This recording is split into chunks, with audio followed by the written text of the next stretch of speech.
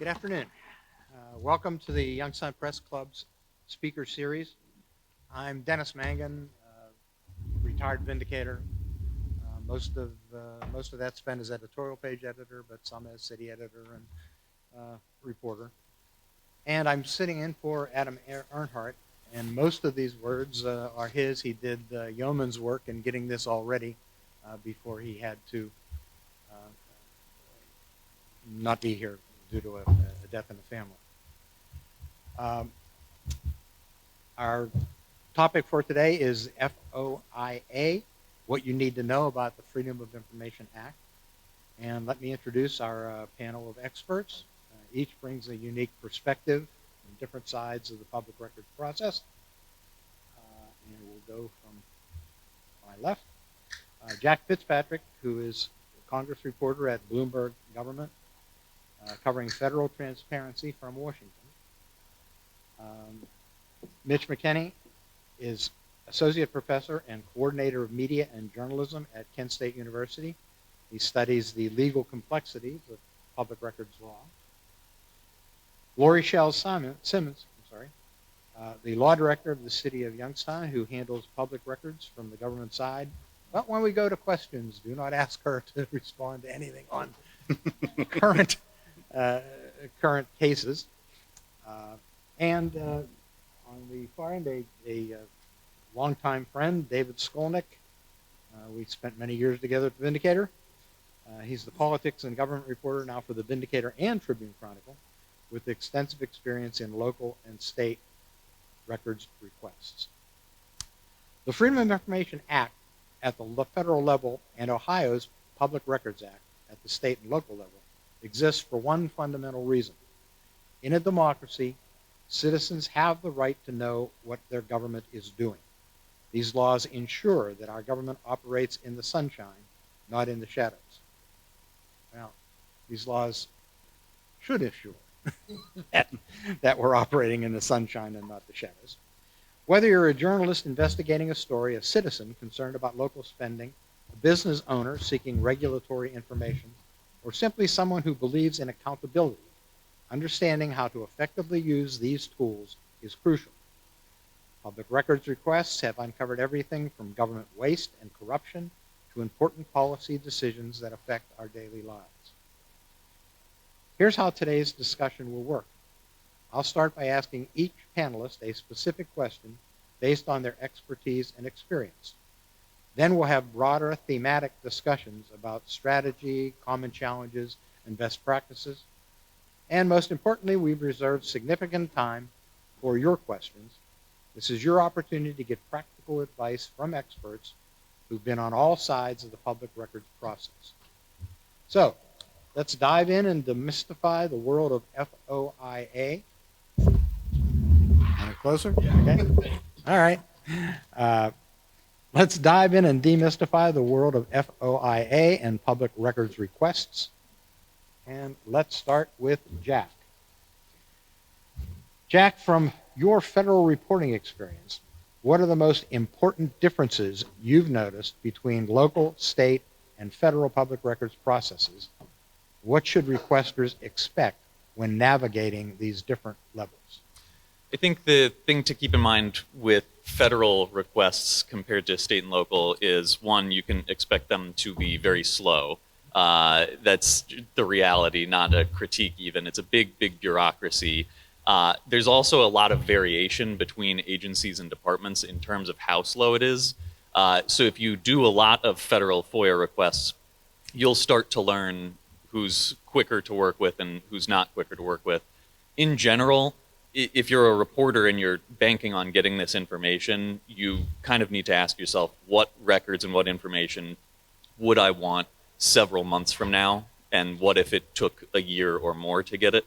And so that informs the kinds of documents that I'm requesting. Sometimes that's to add on to an investigative piece where I know I've dug so far into this that if I have to wait a year or two for more documents, it'll be worth it and I can justify a follow-up. In some cases, you'll get them in a few weeks. Off the top of my head, the White House Office of Management and Budget is the slowest that I've ever worked with, and you might wait a couple years, and then they'll ask you if you're still interested. Treasury and NASA has been reasonably quick. Commerce has been difficult to deal with, but reasonably quick in a matter of months. And then there are some notable exemptions at the federal level. Congress exempted itself from FOIA. Now, you may wonder why I, as somebody who primarily covers Congress, uses FOIA, because you can't get around the law, but I think a lot of people overlook the limitations of that exemption because agencies have their own records of communications to and from Congress. So I make use of FOIA a lot because I ask agencies for oversight reports that they have sent to Congress, and they give it to me even though it was requested by Congress for Congress's purposes because the agency has it. I'm not sure if there are that many ways to work around that with courts. The courts are generally exempt from FOIA as well. I'm a little more familiar with how to make use of it from a congressional perspective, despite the fact that Congress itself is exempt.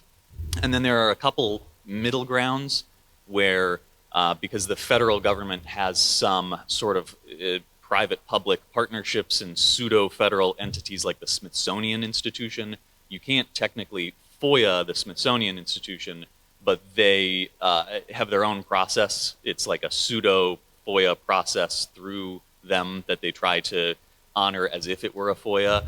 The GAO, the Government Accountability Office, which is technically an organ of Congress, does the same thing.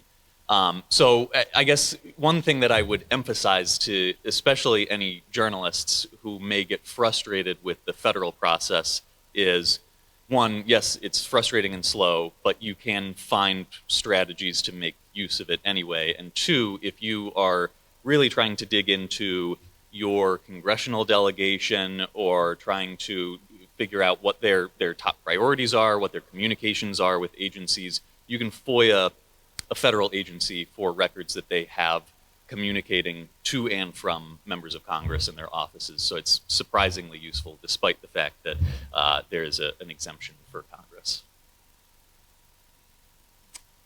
Thank you, Jack. All right, David,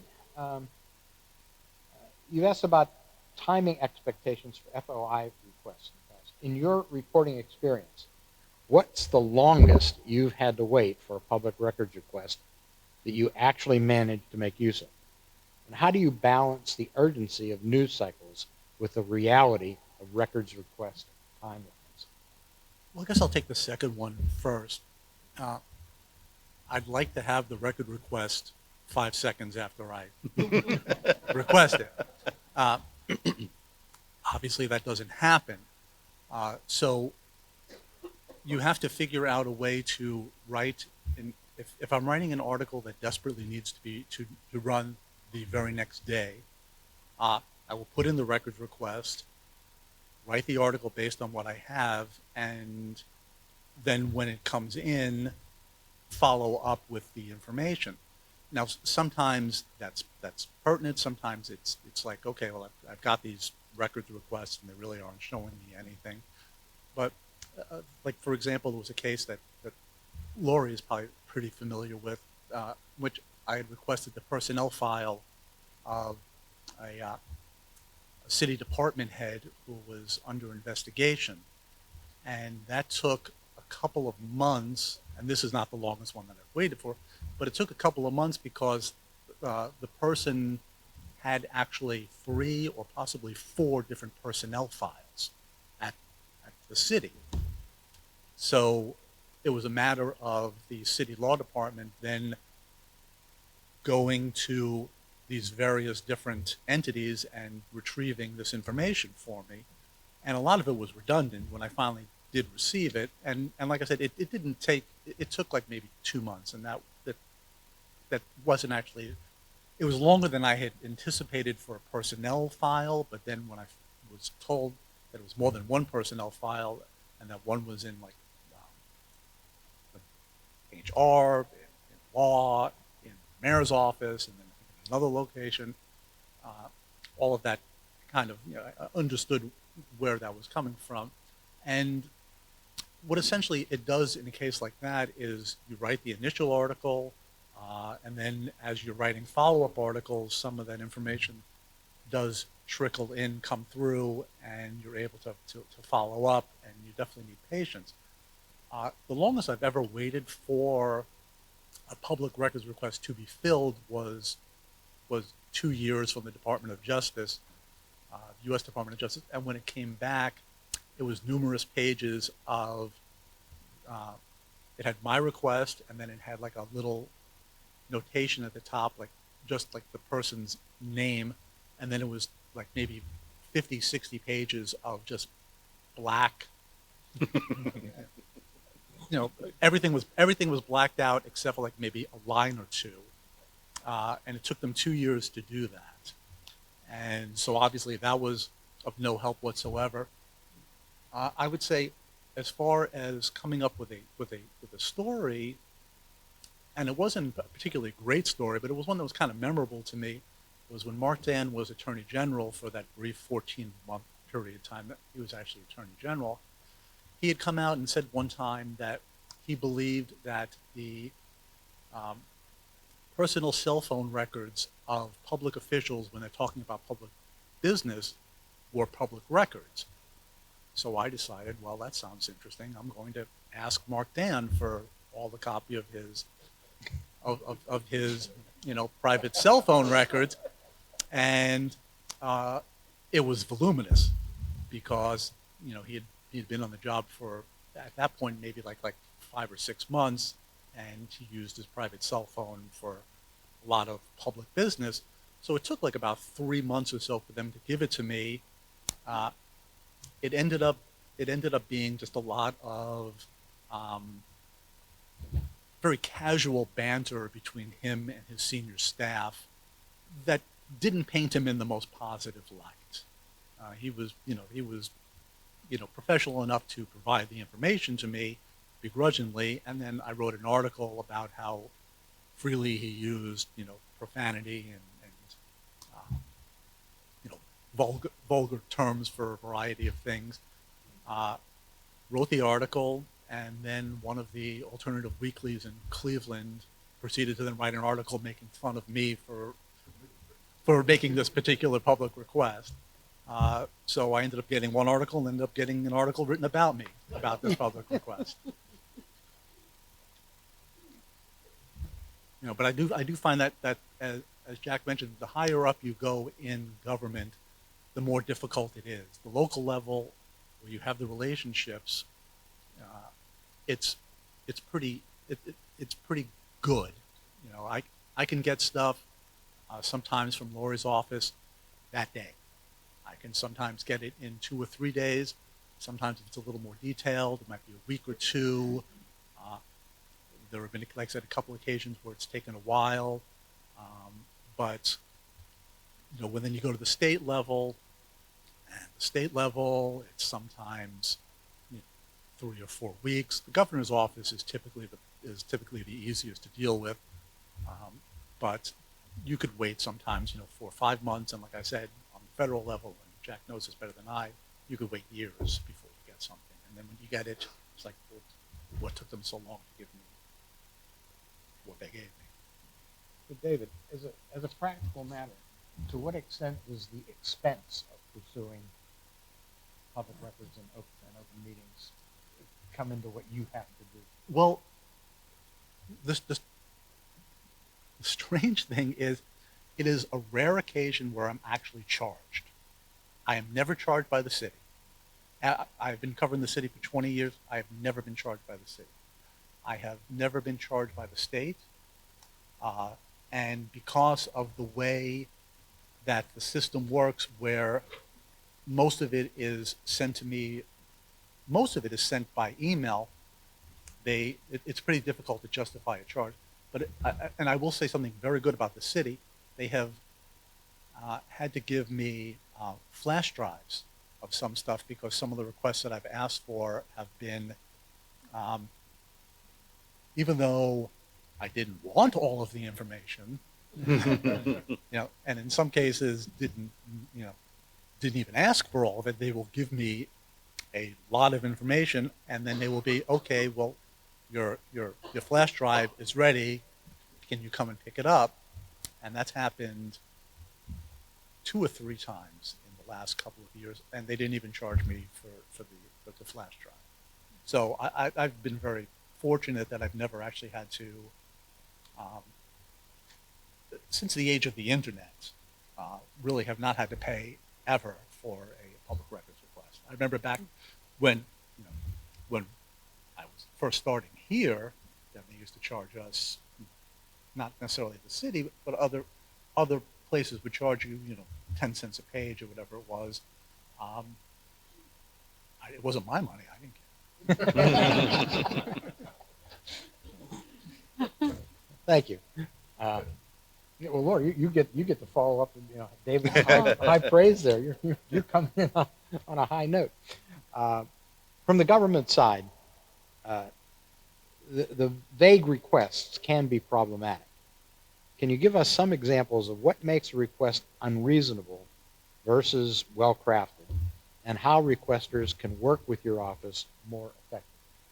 And so just to piggyback on what David was saying, relationships are very important to me.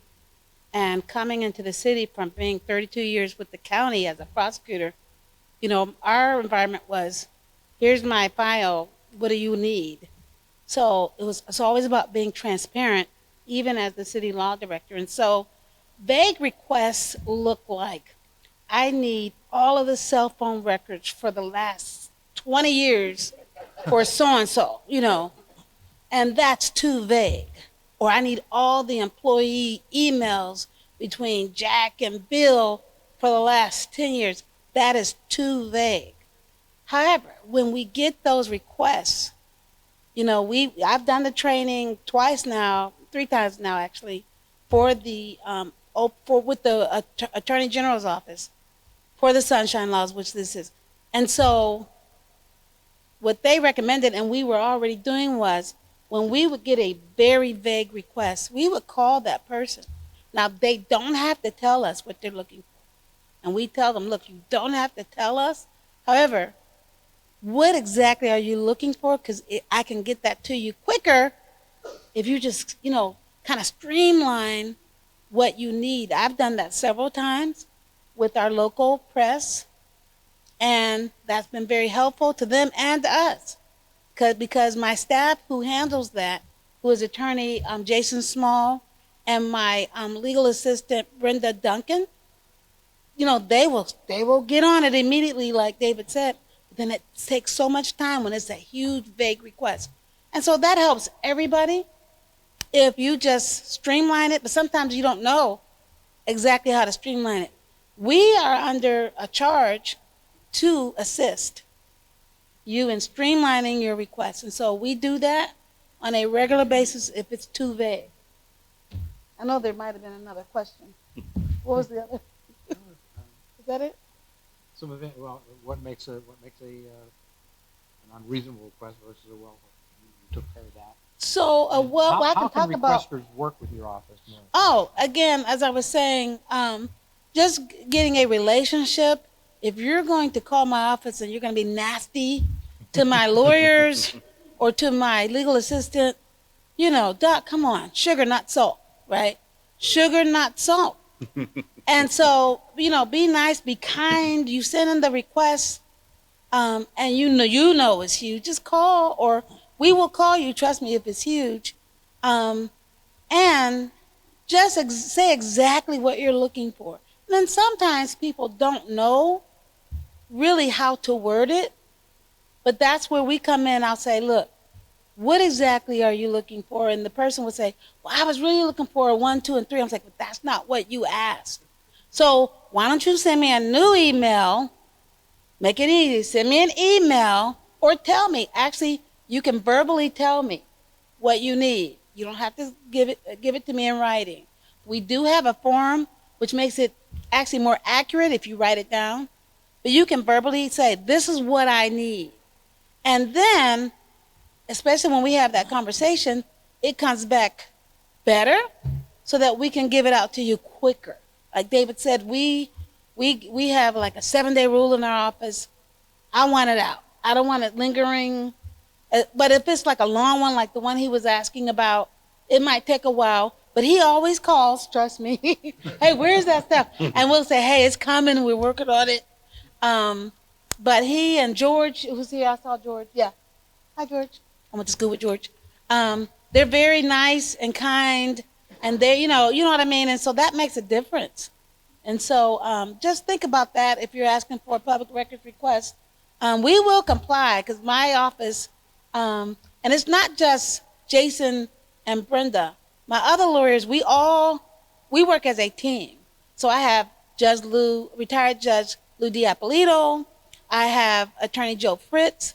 I have Attorney Adam Bente, and Attorney Jimmy Vivo. We all come together, especially on those difficult asks, to figure out, hey, what do we do next? And then we're on a listserv. I'm on one. I pay attention every day with the other people in the state of, other lawyers in the state of Ohio, and now with the other lawyers in the United States. And we put the question, hey, have you ever dealt with, this, and this? And then they all come in and say, hey, this is what we did. And so that's very helpful. So please know, it's not just the city of Youngstown that you're dealing with. We're dealing with the state. We're dealing with the United States, just so that we can get our job done. The state or the Attorney General's office provides classes in open. Absolutely, and it's free. Just sign up for it. You can even order the book. I have the new book, the 2025 version. It came in a couple weeks, but it's the new book because the laws have changed a little bit. I was talking to David about that. They have changed. But, yeah, go on there, click on it. It's open to anyone, not just lawyers, or officials. You can get on there. You can sign up for it. It's a Zoom or a webinar, whatever they call it. And it's 3 hours long. It's very helpful. They have a PowerPoint you can print out. It's very good. So I suggest if you want to know more about that and be certified, you can take those classes. Thank you. Okay. The Attorney General's office is labeled Sunshine Law, but it's about the Freedom of Information Act, really. And it's generally just, it's called the Yellow Book. Yeah. For years. This is my 2009 Yellow Book. So if you Google Yellow Book, It'll come up. Okay, Mitch, the 2021 Ohio Court of Claims case about overly broad requests. What are the key lessons from that case about the difference between requests that are too broad versus appropriately focused? All right, and I'll give you some background because I've studied the Ohio Court of Claims process. There's an appeals process that the state just began in 2016 that's only $25 to challenge a denial of a public record. I actually have some slides, so I'm going to pull them up quickly. And I might present from here. Can you hear me if I use the mic that's here? Look at the person here. Okay. I'll give you some background, then I will answer your question.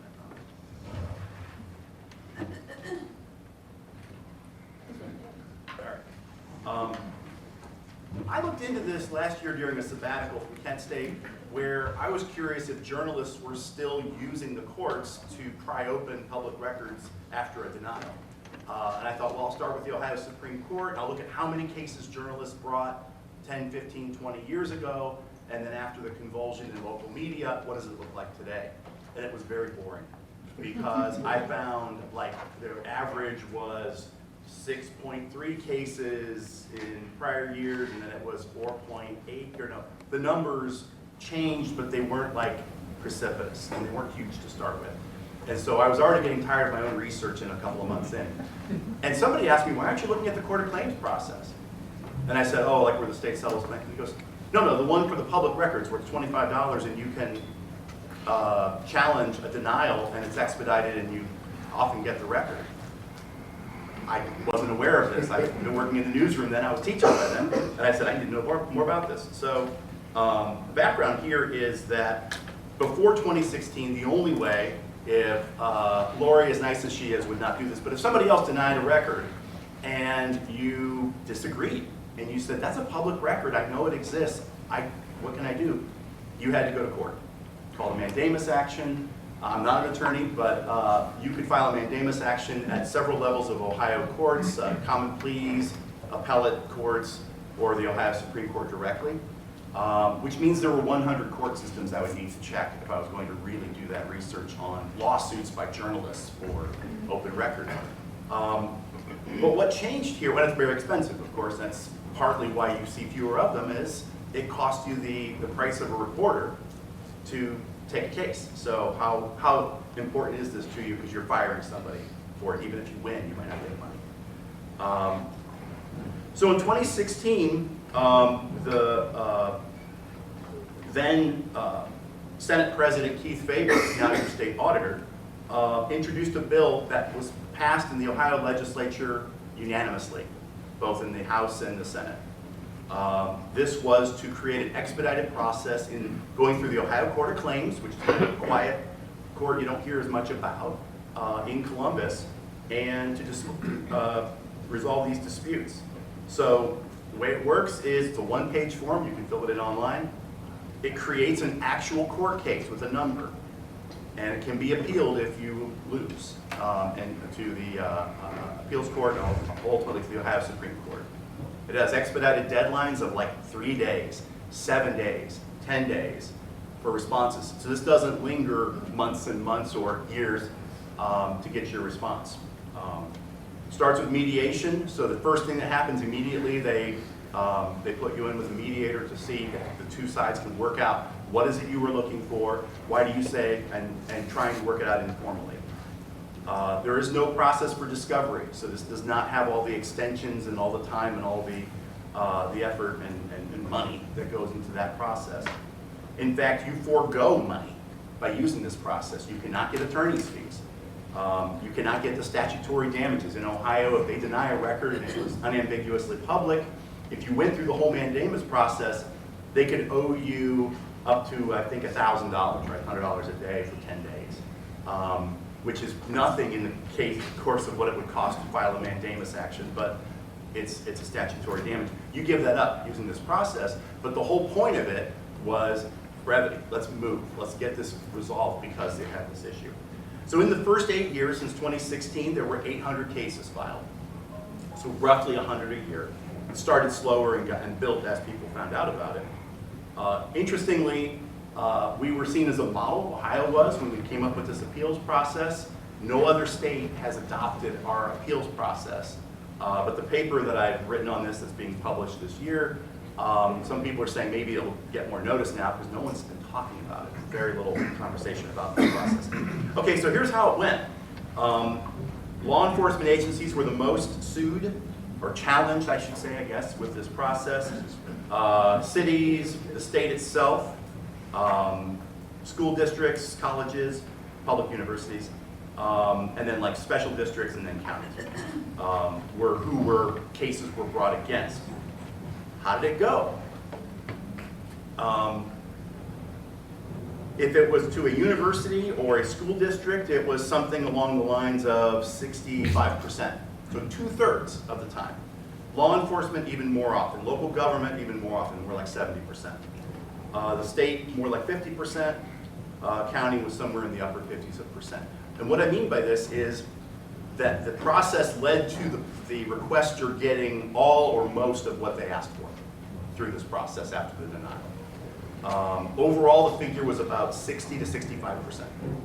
I did a survey of, because the great thing about this is, for all of you public record fans, all these cases are online, every single document, since 2016. So this gave me this database to just plow through and look at. And so I wrote everybody's email and said, hey, would you like to comment on how the process went? I had about 100 that did. Most of them were users who were, people complained, only 10 or 15 were actual respondents. But they found the same, they reported about the same amount of success with getting the record that they asked for. Here's when they won.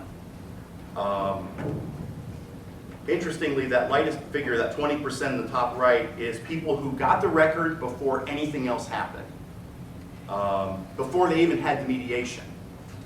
When the court, they have some clerks and other employees who start to look through the case and they work on it. It gets resolved before it even goes to a mediator. Another 44% got the record as a result of the session with the mediator. Right, so no other court paperwork went, and basically those were ones where it just said, we'd like to withdraw the case, we're done. And that's over. And it happened often within a month or two. The gray box is of when the special master actually wrote a report and said, here's what I believe should happen. At that point, it got done. So you can see that's about 85% of cases are resolved. When they're resolved, are at that point. Only in 10% of cases did they actually have to have the judge make a decision, usually agreeing with the recommendation of the special master. About 4% won on an appeal, where they did not get it, but then they appealed to another court. This is a little hard to read, but here were the actual results by responder type when they had to provide the record. So in this case, if you look, 77.8%, the biggest number is other. About 3/4 for law enforcement or for local government, like cities, villages, and townships. If you look specifically, like townships performed and villages had to give the record 85% of the time based on the complaint. The cities were only 2/3 of the time, Lord. And the state corrections department, 58%, health department, 75%, courts, 0%. Anyone know why? They're exempt, right? They have rules of superintendence in courts, so the public record law does not help you there. So none of those won. Okay, there's my survey where I said like 65% of them had to turn it over and 70% said it was before, during mediation. So basically the results were the same, both based on the court's own records and what the users had to say about it. Some of their comments were that it levels the playing field. What was needed in my case was an effective means of enforcing the law on an agency determined not to follow it. And some other comments that I used in my research. We asked, would you recommend other states adopt a similar process? And got some interesting comments from that. Strong majority said yes. And then some breaking news, my last slide, and then I'll answer your question, is that they've actually changed the law as of 2 months ago. I didn't realize that until I was preparing for this panel, because it just happened. That now there's one more wrinkle in the process. Before you can fill out that form and send it to the state and pay your $25, you first have to show it to the agency that you're about to complain about. So in the case of a township that you asked for a record, they said, we don't have a record like that, and you know they do, and you said, no, that's this, and they say, no, you can't have it. Fine, you send them a thing saying, here's what I'm sending the state. And you have to give them 3 days. So there's no results yet. I don't know how often that's helping, or if that cuts the number of cases, or what that actually leads to. That'll be a good next study. Let me briefly, and then we can talk more in the Q&A. Your question was a 2021 case in particular that I was interested in, Right. out of the 800, only because it covered like everything in one recommendation from the special master. It was against the city of Hamilton. A guy named Peter Wellen wanted all the hydroelectric plant records the city had. And it was because the city was actually going into a partnership to apparently operate one. But they had done due diligence getting 3 other plants' information, and they said, I want to see it all. And so because he wrote his request that way, seeking any and all documents, files, records, and other information and materials covering a 15-year period concerning, discussing, relating to, or referring to any manner to the 4 hydroelectric plants. In the court's special master's report, he said, first, 15 years is a lengthy period of time. Next, any and all is a term of complete inclusion that improperly asks for everything to do with infrastructure projects. And then it points to a case where it says a general request which asks for everything is not only vague and meaningless, but essentially asks for nothing. At the very least, such a request is unenforceable because of its overbreadth. At the very best, such a request is not sufficiently understandable so that its merit can be properly considered. But the guy ended up winning, sort of. They split the cost with there's extra cost besides the 25 for postage and stuff. They split the cost because the city did not try to help. They said, if you'd like to amend your request, you can. And they said it twice. Like, back and forth. If you'd like to amend your request, you can. And the court ruled in the recommendation that there's a duty to do a little more than that. The point of the public record law, it says right in it, is that it's to be a cooperative process, collaborative process, where you get as much as possible what the person is asking for. And so by not asking the follow-up questions, which you do, but by not or offering how you have it organized, which they're actually supposed to say, hey, you're asking for this. We don't have it that way, but is actually required. And that's what this decision points to. So long answer to a short question.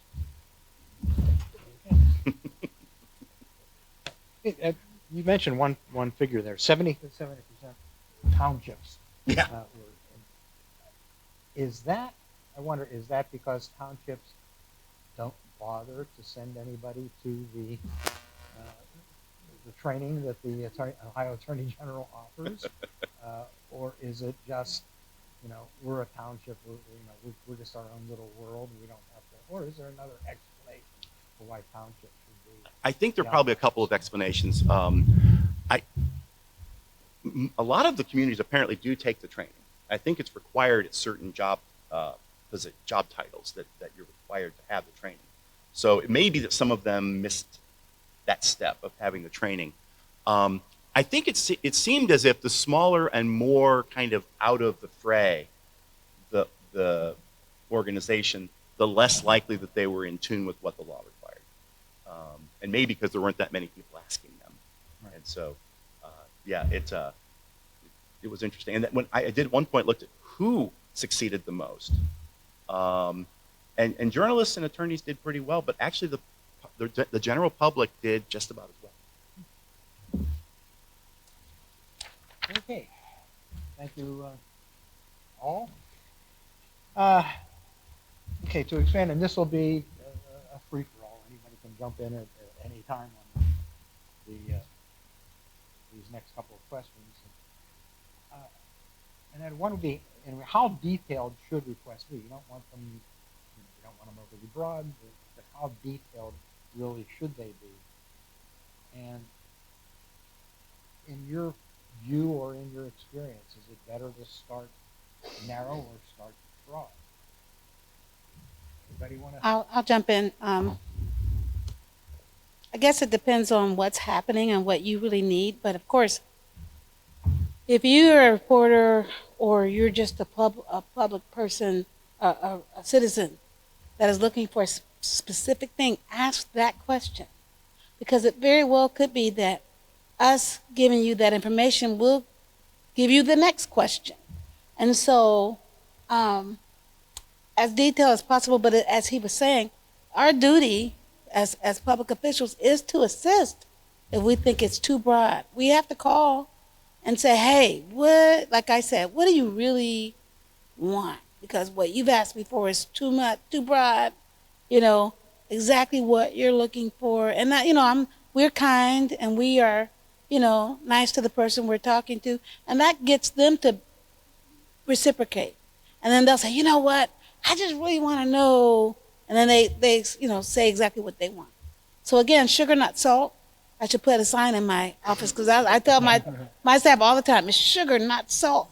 And of course, we get those people that are just mean and surly, but it's still sugar, not salt. Please don't hang up on them, but even if you want to. But it really does get you the most out of that engagement with someone, so then you can move forward. And then as soon as I get the request, I'm sending it off to my staff. Hey, get this done. And then at the end of the week, hey, did you send that off? Or they'll email me when they're emailing them that it got sent off. That way, I won't get the multiple requests. Hey, I'm looking for this. You didn't send it yet. I don't get that often. David, while he doesn't do that, he will nudge. Hey, what's going on with that request? And then I don't not call him back because he's just going to keep calling, right? I always call him back, right? Or I say, hey, talk to this person, am I right? And sometimes it's via text. I don't mind giving out my cell phone number to the media or to the pay. I don't, because then it can get done faster than them trying to reach me in the office. And we're in meetings all day. So I'd rather do that than to not, so that I can get it done faster. But yeah, more to us, more detailed as possible than vague. Because then then we have to kind of hone it down. And sometimes the person they don't know how to, streamline it. But that's where we come in. We do have. Yeah, I try to be as specific as possible with my request. There are a number of occasions where I am talking to somebody and they want to give me a specific public record, and they will they will say to me, well, you need to ask me for this particular record, this particular document, and I'm working with them to formulate my request. There have been a number of times over my 30 years here at the Vindicator where I have spoken to somebody and they're like, well, you need to request this document. Uh, like a source has told me, I have a copy of this document sitting in my hands. You need to request it of either me or you need to request it of this specific person at a government entity. And so I will be like, okay, well, give me the date of the document, give me who it's to and who it's from, and I will then, fire off an email to the proper person and be like, okay, I'm looking for this email from X agency to this specific person on September 25th, 2024. And I mean that, as far as a delay goes, it's very difficult for them to delay such a document when I have exactly what they're looking at. All they have to do is just go right into their email or go right into their file, pull that document out, and then they're able to send it to me. And then, I had with the city, for example, they're involved in a very expensive lawsuit against the Department of Justice. I went to the Department of Justice and asked for correspondence between the city and the Department of Justice. The Department of Justice denied my request, saying that it was ongoing litigation. So I went to the city and asked them for those exact same documents. The city was considerably more agreeable and provided me with all of that documentation.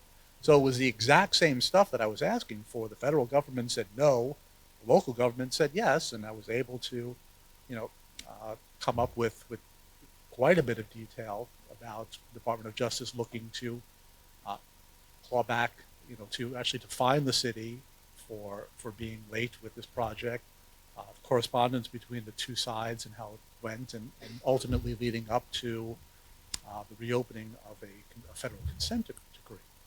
So if you can't get it from, side one, you might want to go to side two, and they might be a little more agreeable and might actually interpret what is a public document more liberally than the other entity does. And that was my experience with that one in particular. But like I said, you try to be as specific as possible. And I mean, there are issues where I have to call small town police departments, and if you can actually get someone on the phone, God bless you, you've pulled off a miracle. But when you do, and it's like, oh, I'd like this police report from from last Friday involving this person and this person. Fire department's even worse. Half of them aren't even like staffed with anybody while they're there. But like, okay, well, you need to, consider this my verbal public records request for it. And and like Lori says, I could pour it on with the best of them and be as polite and sweet and respectful as possible, even when I don't mean it. And they're like, oh yeah, sure, honey, here, I'll what's your email address, and they'll send it off. Most of the time, it works that way. I know that there are some around here who will call up and be like, I demand that I get this public records request right away, and some little tiny township police department who's like, I don't even know who you are. What am I going to help you with? That is assuming you actually get a hold of somebody there. So I mean, I totally agree with Lori that, by being polite and respectful, you certainly get things done a lot faster in this case. Now, if they are not being cooperative and become more difficult, you still probably aren't going to get it, but at least you get to vent a little bit. On federal ones, it's important to be very specific, because if it's really vague and voluminous, you'll hear back a year later and they'll say, that's too broad and you need to start over a year later. The best ways to do it are, one, especially if you're asking for people's emails or some big exchange, you need specific keywords and say, I want these specific people's emails referencing these specific keywords, and also in a narrow date, this date to that date range. You probably also want to break it up into multiple requests. So if there are 3 people responding to an inspector general who's doing oversight on something that the agency was doing a bad job on, and you want all 3 of those people's emails, you should do 3 separate, because one might come back much faster than the other 2. The other 2 might have some long unrelated thread that takes up a ton of time. If you get one back early, you've gotten a start and you can ask your follow-up questions. You probably have to specify if you want email attachments, or they'll send you the emails and you won't have the email attachments. So that's a specific thing you need to do. And then the other thing is, if you have sources at an agency who can't give you the document, but they can describe what kind of documents exist, that's the most valuable thing. If they're publishing internal documents, I was covering the National Weather Service had a finance system that didn't work and they weren't paying their bills and the software was messed up, and they were announcing to employees, here's what we're working on every week. Somebody sent me one of those, and now that I have the title of that report, I was able to ask, I want all of these reports with this specific title. So I didn't have to say, I want all of your oversight or all of your internal communications. If you have a proper noun, then that's very easy for them to search for, and you'll get it back much, much quicker. Just on the point of how many emails is too many to ask for, in that case from 2021, they actually cited a few different examples where there was a case of asking for all email between 2 employees for 6 years, too much. Another one asking for all checks, agreements, meeting minutes, emails, and letters relating to a golf course marketing for an agency. That was too much. But another one that said a request for communication between one person and a specific department for 2 months was not overly broad. It was not found to be overly broad. So maybe some idea of where the break point is. There's also another piece of this that we haven't gotten into, and it's the idea of asking for voluminous files, not necessarily broad, but just the quantity. And they pointed out that the Public Records Act in one of the citations, actually with Warren Newspapers, Inc. from 1994, I don't know if we remember this case, versus Hudson, that the Public Records Act does not contemplate that any individual has the right to a complete duplication of the voluminous files held by government agencies. So I can't just say, I'm going to bring a hard drive, Lori, let's make some copies. You do have to have a specific request in that, and that you can't ask them just to comb through all the communications records as a research assignment. They actually use that phrasing. It's not the same as discovery. I think a lot of us have watched enough shows with lawyers where we're finding ourselves saying things like that, any and all records that might include. And that's not what the public record, in fact, they even say in the public record law, this is not meant to be like the court process for asking for that. So it's, as much as it seems like, let's be inclusive and put everything that could possibly be there, really your request has to be this record, this thing. From experience, I think we've all been around long enough. I'm sorry. From experience, I think we've all been around long enough to remember that when public records were records, they were paper things that we would go to the court, the clerk of court's office, and we'd tell Tony or Vi, we need to see this, that, or next, and we would go through, the books and look at it. Was that a easier, cleaner, better way than today when everything is digital or not. Just matter of opinion, matter of experience. There's a lot of documents you can find online that once you have one document, even if it's a publicly available document, you can learn some key phrases about the existence of other documents. You can get a lot by Googling key phrases.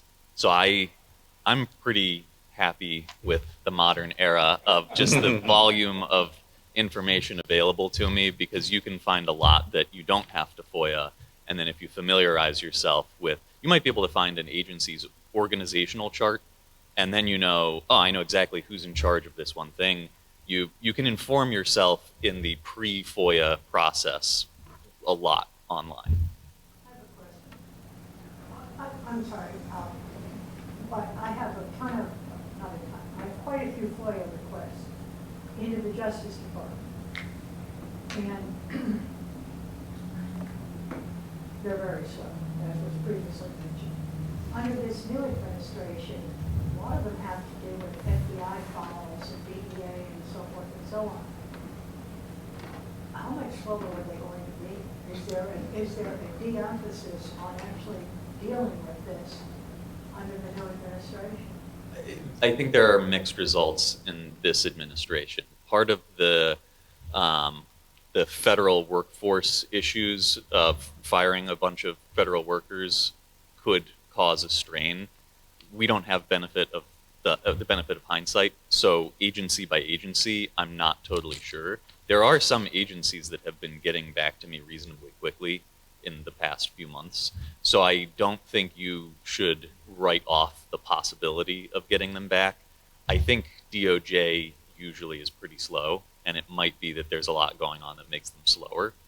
But I wouldn't attribute it strictly to the current administration necessarily, because there are still FOIAs going out. I know that CDC there was something there was some coverage recently of their FOIA officers specifically being let go, and they've got other employees doing things. So it's not the best time for processing FOIAs, but you're not just out of luck, in my experience at least.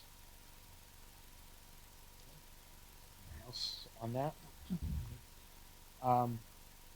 And the last question, then we're going to open it up to more questions from the audience. That is, any advice on how to avoid being labeled as a vexatious requester? And by the way, that phrase vexatious requester is coming into common use.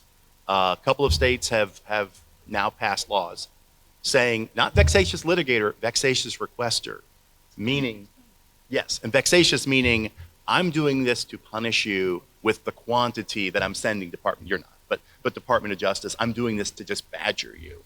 And defining what that means and how to determine the intent of all those requests you put in is the challenge in the way they've written these laws. Connecticut has been a model in both public record law. They've got a 50-year-old process this year that a lot of other states have followed.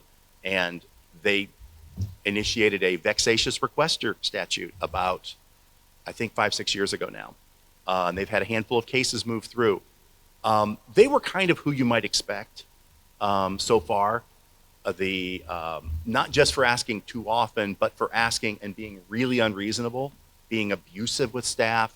The terms in Connecticut's law, I thought were at least, they thought through it pretty well. They had they have a commission that worked on it that represents the public that said, listen, I don't want the ordinary citizen being chilled from asking for something. But only, I think, 2 cases have gotten actually to the decision phase in this 5 or 6 years, and only 1 where they took action. And the enforcement action was, you can't send them any requests for 1 year. And if you do, they can ignore them for that year. That's all you get is a 1-year reprieve if you're the agency. But at least it establishes some terms of what it means to be somebody who's unreasonable in your frequency and in your, really, you have to be abusive to meet that threshold for vexatious. But I'm sure you have some usual suspects, some names you know. Absolutely. But remember, for the city of Youngstown, those public record requests You're asking for fire, police, water, right, wastewater. They all come to the law department. And I've been able to make everybody realize, the department heads, please send it to us.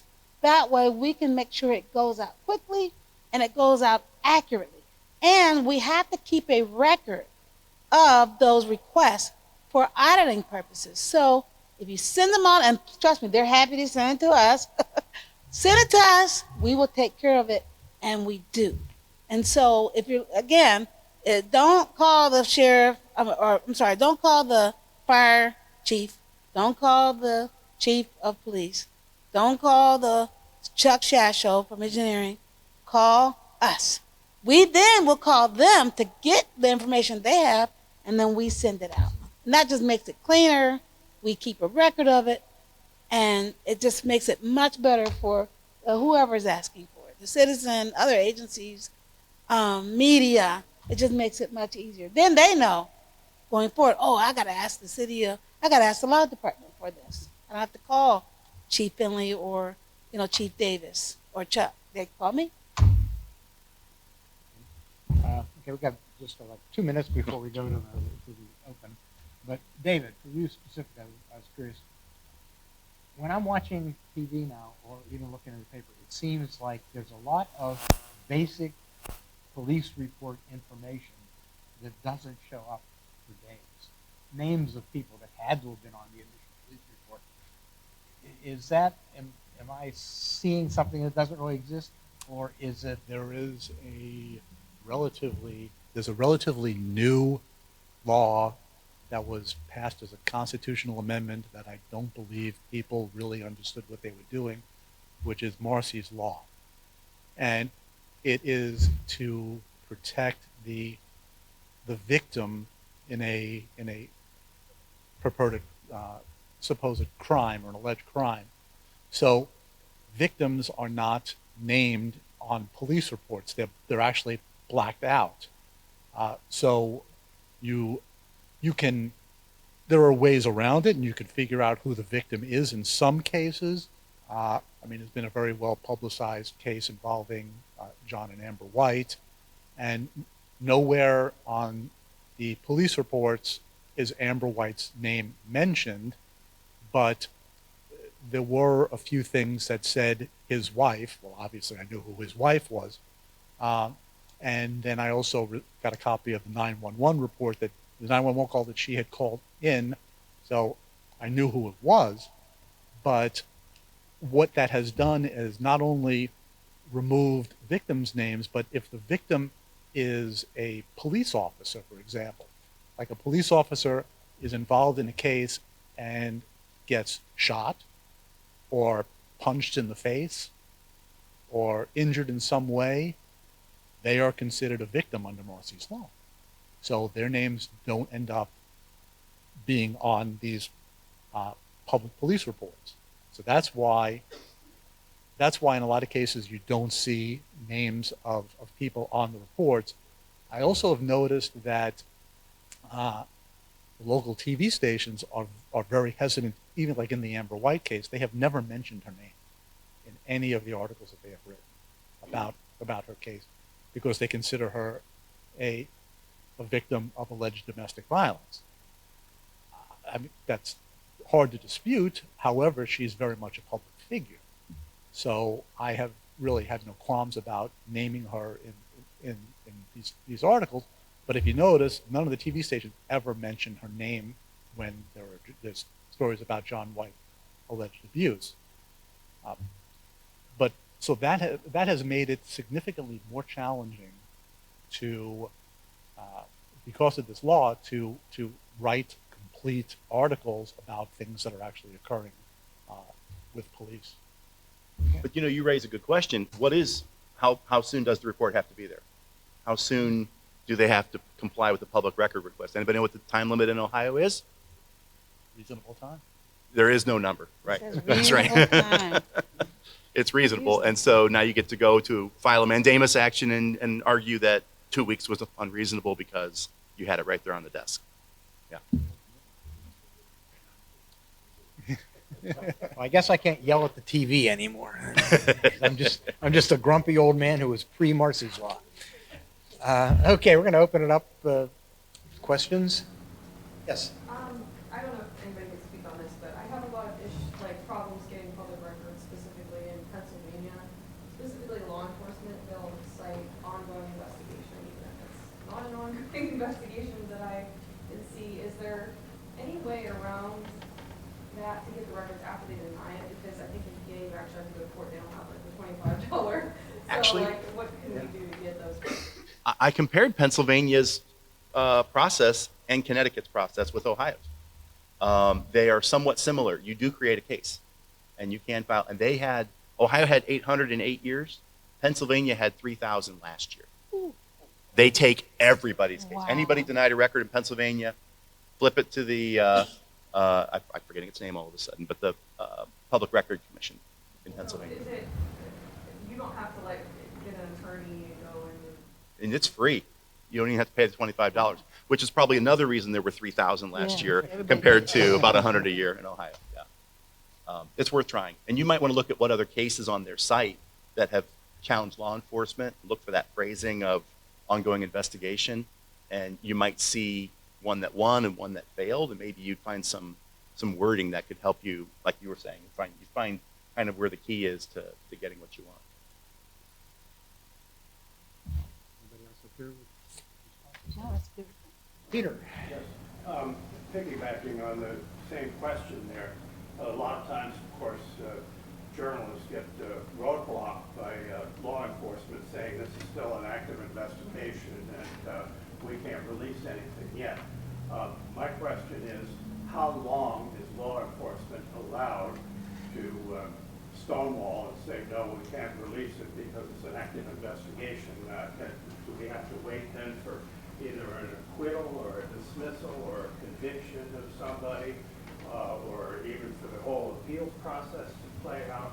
How long can law enforcement actually set up that roadblock saying we can't release it because it's an active investigation?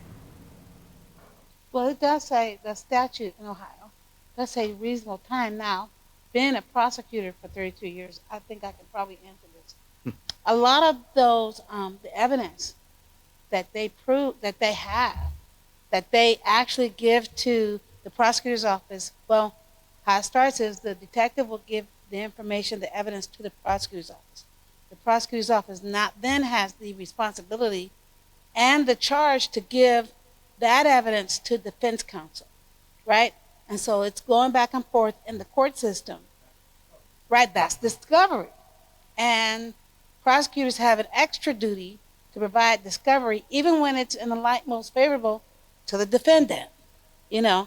And so, so now this discovery is going back and forth. The evidence is going back and forth that they then use in the court system. Now, if you're looking for the evidence, it's probably best to just camp out at the court hearings before you can get the physical evidence from the police departments, because they're just not going to release it until that case is done. But I've had, and those adult criminal trials are open to the public 99% of the time. The information, for instance, in juvenile court is not. And so because of the way juvenile court in the state of Ohio is fashioned, is considered to be confidential. So we cannot have people coming in to the court. In fact, Judge Delick won't even let the media come in and video them. You cannot do that. Sometimes you can video their feet. You know, I've seen that too. But just so keep that in mind. If you really just need the information, come to the hearings. You'll be able to get some of it out. You won't be able to get all of it out until the actual trial. And people camp out at trials. I saw you on that video that time I told you from a long time ago. But I said, oh, there's David. His hair was black, but, but it was David. His face has not changed at all. But sometimes that's going to be the best way until and unless you just really, you might have to file motions in that particular court, but the court's going to say no. There actually, I'm sorry. There actually is a state. There is a law pending in front of the state legislature that will make it even more difficult to get that information. And in which the law is, once the case has been exhausted, all the appeals is when you could finally get the discovery information.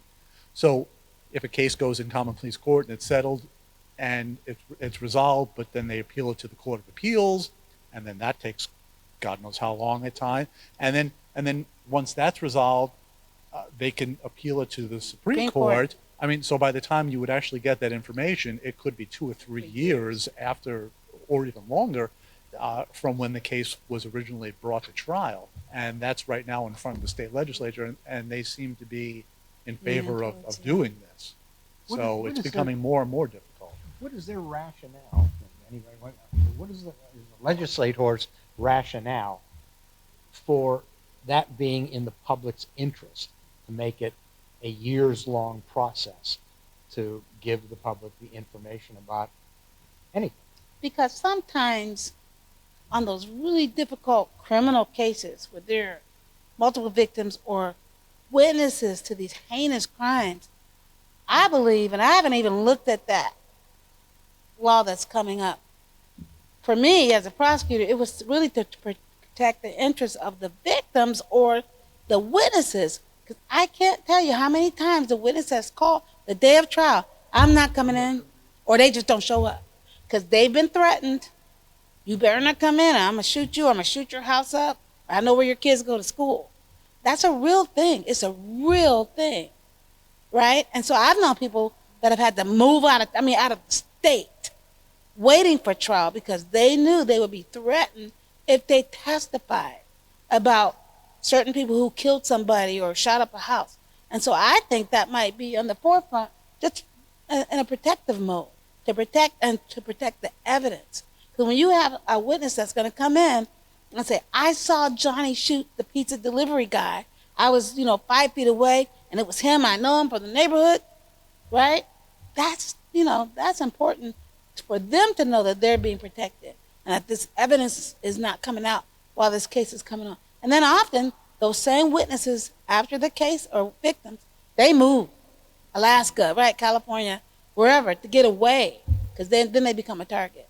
So just keep that in mind. Yeah, but I think in a lot of cases, what we have is a law that protects a very, very small minority of people, but it takes in everybody just to protect a small amount of people. And like I said, with Marcy's law, that's what I thought happened. With this is what I'm thinking is happening.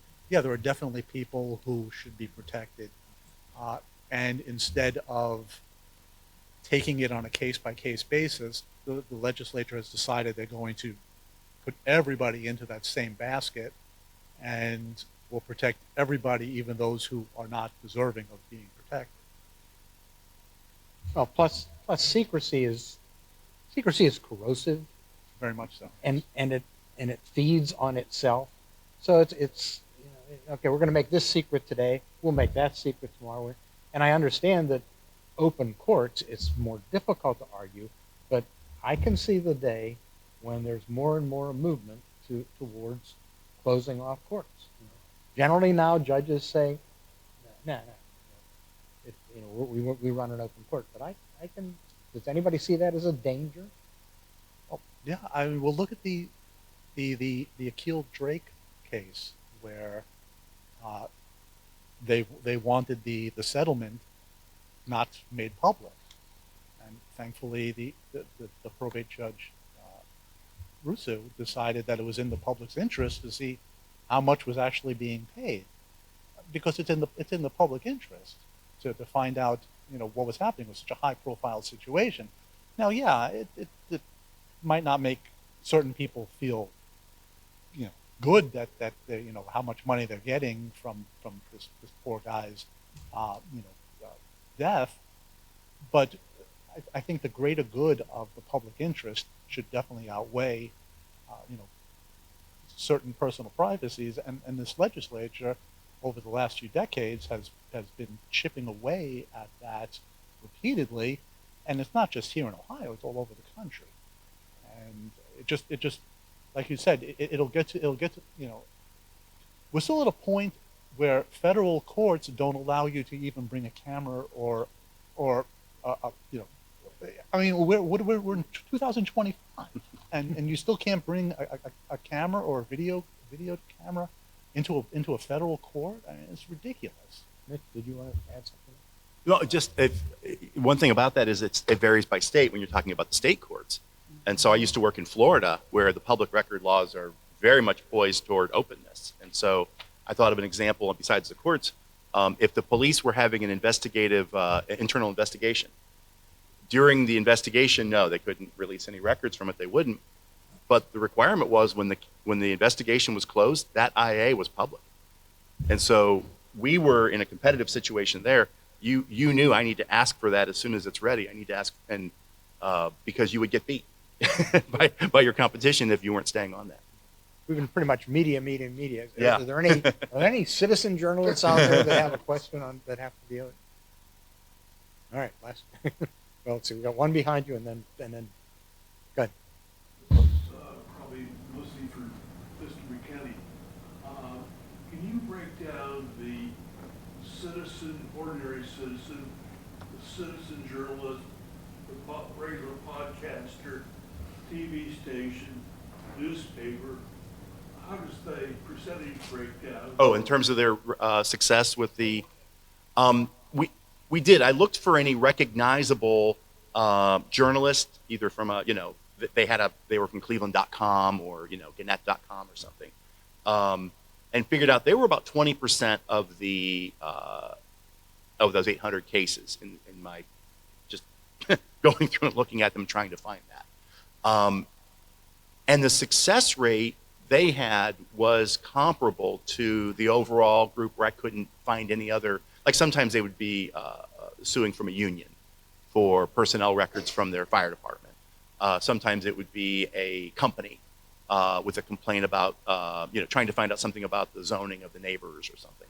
So when I could isolate it down to just what appeared to be ordinary people, that was probably something like 50 to 60% of those that I had no other way to know of them being other than just a private citizen who's interested.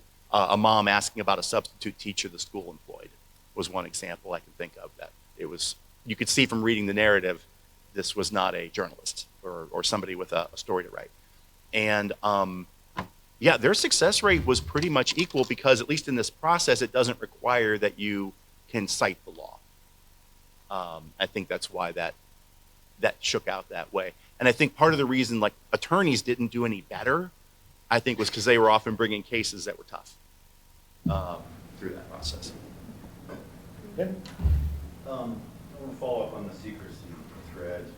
David, you introduced this. So I'm curious for David and Jack about your experience with redactions, unreasonable redactions, and then for Lori and Mitch, do they have any recourse on the issue of redaction? Yeah, so you will come across some heavy redactions at the federal level. The one, a lot of the fights that I get into about getting something fulfilled is actually before you get to the question of redactions, and it's, you know, they'll reject your fee waiver request and say you didn't sufficiently prove that you're a journalist. The times that I've gotten through all of that and still had roadblocks come up, I had a successful appeal of something that was rejected initially, and then they basically said, okay, we accept your appeal, but they redacted almost everything. That was kind of a lost cause. There's a broad, at the federal level, there's a very broad, commonly used redaction. It's Exemption 5 that is for the deliberative process, and they use it very, very widely. It's for all intra-agency or interagency communications covered by the deliberative process. And I don't know how to prove that this isn't the deliberative process.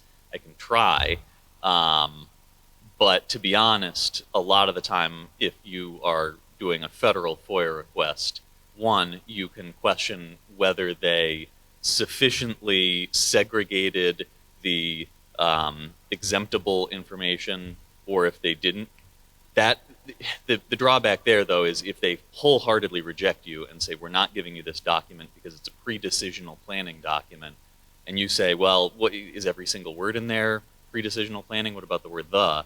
They might give you the document then with everything but the word the blacked out. And I've pretty much gotten to that point before, and I don't have a great answer on where to go from there. That's about as far as I'm good at pushing it, is insisting on it. And there's some case law that uses the word segregability, and so you can ask, have you sufficiently segregated out the sensitive information from the information that's not sensitive?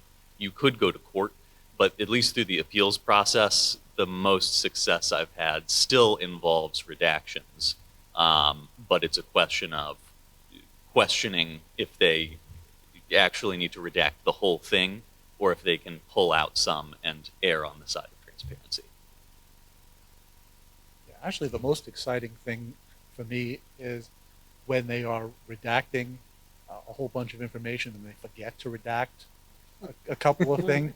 And I'm like, ooh, they meant to redact that, but they didn't. And now I've got this person's cell phone number, and I've got their address, and I've got this, this personal information, this other information that I actually was looking for, because it was like 12 pages, and they redacted so much, but they got a little tired towards the end of it, and left a couple of things not redacted. But unfortunately, there is just when an agency does that, there's really very little recourse that you can do outside of filing a lawsuit, and I don't think very many citizens or even journalists are going to really go to the mat. Their companies go to the mat and file to get this information, particularly when it's just a hunch that you think that they are purposely keeping information that should be public private. So it's a very difficult process. You really have to, if you get stuck in a situation like that, you're stuck for the most part. I think we can sneak in one more question from the audience, and I thought I saw a hand up there. He wanted to see Which- what we said. Okay, all right. One thing, they have to cite the exception when they're not providing information. Yes. And so check and see if it's a good exception. Is it the personal private information of where a law enforcement officer lives? Is it an adoption record, or is it sometimes they use the business, like if, this will expose private business So- competitive information. We don't just cite the exception, but we also cite the law in our, we send it. We do. We have to. And so that way it's clear why it was redacted. That HIPAA stuff and the Murphy's Law, that's just going to be redacted. That's a law. Those are law. But if it's other things, we're going to cite, and then we have to cite in the law why this isn't there. And if it's not there, that's a good, avenue for you to take. If you're trying to file a complaint. We're going to sneak in two questions, because we had a hand up here and a hand up over there. So, good. Okay, I have a situation that's like 30 years old. The Trumbull County Metropolitan Park District took some of my land. And I went and hired an attorney, supposedly the best real estate attorney around in Trumbull County, Gil Rieger, if I'm allowed to mention the name. But anyway, he was recommended to me that, he taught law on real estate, he wrote books on real estate. Anyway, we go to court, and they kept me in court like for 3 years, and nothing was resolved. Well, they sent me, or nothing was resolved, and so I wound up firing my attorney, and because I couldn't get any records from the courts, not being an attorney. So I fired my attorney, became my own representative, and I got to get some paperwork from the courts. Well, in this paperwork, I found that they took away my rights to a jury trial. So, the people that, when I was going in for these hearings and stuff, there was a surveyor from Newton Falls that committed perjury. He even told my surveyor that he committed perjury, because they took a half acre of my land and they developed it, and they were, I don't know how they had so much power to get everything done, because my attorneys was wound up in cahoots with them, and the ODNR was involved, because ODNR had some money involved in this project. The Department of Transportation, ODOT had some money involved in this project because they created a piece of land and they turned it into a metro park. But what's the open records issue that you're focused To try on? to find out, well, for one thing, how they took away my rights to a jury trial. You know, because I can convince anybody here with the paperwork that I have that I own this property, but they took it because they screwed up and they put some of their part on my land. And I understand they were threatened from ODNR and ODOT that they'd never get any, the Park District would never get any money from them again if they lost this case.